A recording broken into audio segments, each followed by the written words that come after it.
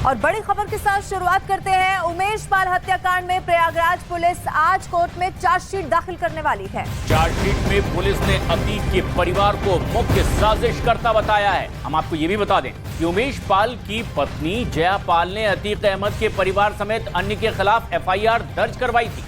तो ये बड़ी खबर आपको बता रहे हैं। उमेश पाल हत्याकांड में आज चार्जशीट दाखिल की जाएगी पुलिस की तरफ से। अतीक का परिवार इसमें मुख्य साजिशकर्ता है। अब चार्जशीट जब सामने आएगी तो उसमें और भी ऐसे नाम शामिल हो सकते हैं जिनका जिक्र अभी तक ना किया गया हो, यह आशंका है। और चलिए अब आपको दिखाते हैं कि पुलिस सूत्रों से मिली जानकारी में 24 फरवरी को हुए उमेश पाल मर्डर केस में आखिर किस किरदार की क्या भूमिका रही। आपको दिखाते हैं कि चार्जशीट में किसका किसका नाम हो सकता है। सबसे पहले आप जानिए मुख्य साजिशकर्ता का नाम क्या था। आपको ग्राफिक्स के जरिए हम दिखाते हैं, वॉल ग्राफिक्स के जरिए। मुख्य साजिशकर्ता सबसे पहला नाम अतीक अहमद का, जो अब इस दुनिया में ही नहीं है। उमेश पाल मर्डर केस में जो चार्जशीट दाखिल होने वाली है, मुख्य साजिशकर्ता के तौर पर अतीक अहमद, अशरफ अहमद अतीक का भाई, और उसके साथ अतीक के बेटे और साथ ही पत्नी शाइस्ता परवीन, यानी कि अतीक का पूरा परिवार मुख्य साजिशकर्ता माना गया। इसके अलावा देखिए शूटर के भी नाम जो सामने आए, उसमें चार्जशीट में नाम हो सकता है। सबसे पहले शूटर साबे और उसके बाद शूटर अरबान का भी इसका नाम इसमें शामिल हो सकता है। यानी उमेश पाल मर्डर केस को अंजाम तक पहुंचाने के लिए जिन शूटर्स का इस्तेमाल किया गया उसकी भी फेहरिस्त और उनके नाम चार्जशीट में हो सकते हैं। साबिर अरमान, मोहम्मद गुलाम के अलावा गुड्डू मुस्लिम, जो लगातार फरार चल रहा है, दबिश दी जा रही है और माना जा रहा है कि बहुत जल्द ये भी पुलिस की गिरफ्त में होगा। इसके अलावा देखिए साजिशकर्ता कौन कौन थे जिनका नाम इसमें सामने आया। सदाकत अखलाक, ये वो नाम जो सामने है। इसके अलावा आयशा नूरी, जिसे भी पकड़ने की कोशिश लगातार की जा रही है। ये वो तमाम नाम है जो चार्जशीट में दाखिल होंगे। अतीक की बहन आयशा नूरी के अलावा आतिन का भी नाम, और आज जबकि चार्जशीट दाखिल होगी, देखना यह है किस तरह से तमाम पुख्ता सबूतों के साथ पुलिस इस चार्जशीट को दाखिल करेगी। लेकिन पिछले 3 महीने में यूपी पुलिस ने उत्तर से लेकर के दक्षिण और पूरब से लेकर पश्चिम तक एक कर दिया है इन लोगों की कार्रवाई के लिए। लेकिन देखिए बमबाज गुड्डू का कहीं भी कोई पता नहीं लग सका है। कभी देहरादून तो कभी दिल्ली तो कभी ओडिशा तो कभी चेन्नई में लोकेशन मिलती है, और हर दिन गुड्डू मुस्लिम के अलग अलग ठिकानों की लोकेशन मिलती जा रही है। लेकिन गुड्डू अब तक यूपी पुलिस और एसटीएफ के हाथ नहीं लग सका है, जो पुलिस की कार्यशैली पर सवालिया निशान भी खड़े कर रहा है।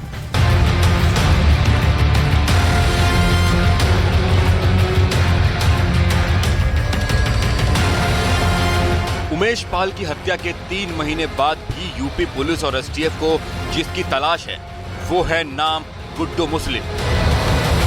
उमेश पाल की हत्या के वक्त बेखौफ बम बरसाते गुड्डू के स्टाइल से हर कोई हैरान था। गुड्डू की तलाश में पुलिस ने प्रयागराज से लेकर देहरादून तक दबिश दी, लेकिन उसका कहीं भी कोई सुराग नहीं मिला।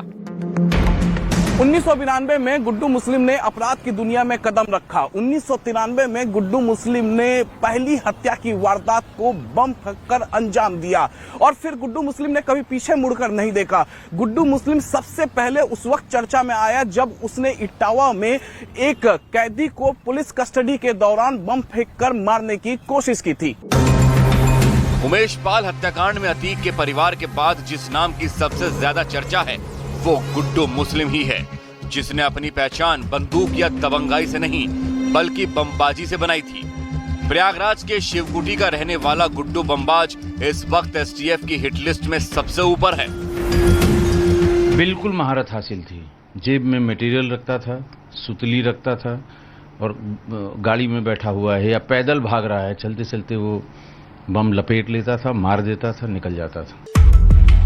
उमेश पाल की हत्या के बाद से गुड्डू मुस्लिम की तलाश में यूपी एसटीएफ देश भर में छापेमारी कर रही है, लेकिन अब तक गुड्डू मुस्लिम का कोई सुराग नहीं लग सका, जो इशारा कर रहा है कि गुड्डू मुस्लिम बेहद ही शातिर है। पुलिस सूत्रों के हवाले से खबर है कि उमेश पाल की हत्या के बाद गुड्डू मुस्लिम झांसी में कुछ दिन रुका, फिर मेरठ की तरफ गया, वहां से दिल्ली चला गया, एसटीएफ का शिकंजा कसता देख जयपुर भाग गया और फिर वहां से उदयपुर चला गया। कुछ दिन बाद हरियाणा और फिर छत्तीसगढ़ भी गया। बाद में गोवा में भी कुछ दिन बिताए। इतना ही नहीं, बिहार के भागलपुर, पश्चिम बंगाल के मुर्शिदाबाद, उड़ीसा और चेन्नई भागकर रहने की भी खबर है। गिरफ्तारी से बचने के लिए गुड्डू मुस्लिम ने हुलिया भी बदला। पहचान भी बदली और लोकेशन भी। लेकिन पुलिस का दावा है कि गुड्डू चाहे जितनी कोशिश कर ले, जल्द सलाखों के पीछे होगा। गुड्डू मुस्लिम को बमबाज गुड्डू कहकर बुलाया जाता है। गुड्डू मुस्लिम स्कूली दिनों से ही लूट, अवैध कारोबार जैसे अपराध में शामिल था। कॉलेज टाइम में गुड्डू मुस्लिम कई बड़े बदमाशों के संपर्क में आ चुका था और गुड्डू ने बम बनाने का अवैध धंधा शुरू कर दिया था। गुड्डू मुस्लिम ने क्राइम की दुनिया में 1992 में कदम रखा था और एक पेट्रोल पंप पर लूट की वारदात को अंजाम दिया। 1993 में गुड्डू मुस्लिम का नाम पहली बार एक हत्या के मामले में सामने आया। 30 अप्रैल 1997 को इटावा के अंबेडकर चौराहे पर गुड्डू ने बमबाजी की। पुलिस कस्टडी में प्रवीण कुमार बॉबी को मारने की कोशिश की गई। इस दौरान प्रवीण भागकर कोर्ट में छिप गया और अपनी जान बचा ली। इटावा में जाके एक पुलिस अधिकारी थे, उनके भाई की हत्या हुई थी। उनकी भाई की हत्या में बंद आरोपी जेल से 2 सिपाहियों के साथ रिक्शे पर बैठकर अदालत जा रहा था।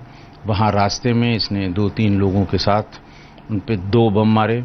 सिपाही और वो जो विचाराधीन बॉबी यादव, ये 2 तो कूद के भाग गए, उन्हें छर्रे लगे, लेकिन एक सिपाही मौके पर ही मारा गया था। ऐसे ही अपराधों से गुड्डू मुस्लिम का नाता जुड़ता चला गया। 1997 में लखनऊ में एक स्कूल के गेम टीचर की हत्या कर दी। पुलिस ने उसे गिरफ्तार किया, लेकिन सबूत नहीं होने के चलते उसे कोर्ट ने बरी कर दिया। 1997 में इंजीनियर को बीच सड़क पर गुड्डू ने गोलियों से भून दिया था। फैजाबाद के ठेकेदार संतोष सिंह की जहर देकर हत्या कर दी गई। अतीक के काले साम्राज्य को खड़ा करने के पीछे गुड्डू मुस्लिम की बड़ी भूमिका बताई जा रही है। दावा है कि अतीक के इशारे पर गुड्डू किसी को भी मौत के घाट उतार सकता था और उमेश पाल की हत्या उसका बड़ा उदाहरण है।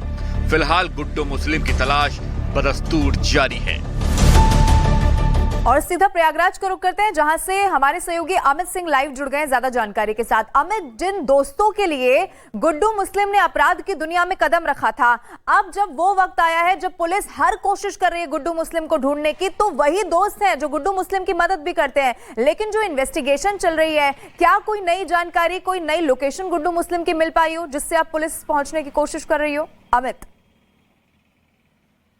देखिए, यही तो बड़ा सवाल है, क्योंकि जो आखिरी लोकेशन गुड्डू मुस्लिम का मिला था वो था पश्चिम बंगाल का मुर्शिदाबाद और रायगंज, और उसके बाद से गुड्डू मुस्लिम का कोई लोकेशन नहीं मिला है। जबकि मॉडर्न तकनीक आ चुकी है पुलिस के पास। पुलिस लगातार सर्विलांस करती है, मोबाइल लिसनिंग करती है। इसके अलावा पुलिस के पास तमाम मुखबिरों से भी इनपुट आता है। लेकिन अब गुड्डू मुस्लिम को लेकर कोई भी इनपुट पुलिस के पास आ नहीं रहा है, या पुलिस ये दूसरे शब्दों में कह सकते हैं कि पुलिस मीडिया से साझा नहीं कर रही है। पुलिस केवल यही दावा कर रही है कि जल्द से जल्द गुड्डू मुस्लिम गिरफ्तार होगा। लेकिन 3 महीने से ज्यादा का वक्त बीत चुका है। अब सवाल उठने लगे हैं। जो बमबाज जिस स्टाइल में गुड्डू मुस्लिम लगातार बमबाजी कर रहा था उमेश पाल हत्याकांड में, और देखिए, ये पहला वारदात नहीं था कि बम से किसी को मारते हुए गुड्डू मुस्लिम का। इससे पहले भी था, लेकिन गुड्डू मुस्लिम सीसीटीवी कैमरे में कैद नहीं हुआ था। ये पहला वाकया था जब सीसीटीवी कैमरे में गुड्डू मुस्लिम कैद हुआ, और उसके बाद उसकी चर्चाएं पूरे देश में होने लगी। दबाव है पुलिस पर, पुलिस लगातार कोशिश कर रही है गुड्डू मुस्लिम को गिरफ्तार करने की। लेकिन बताया यह जा रहा है सोर्सेस की, जिन दोस्तों के लिए वो हत्याओं को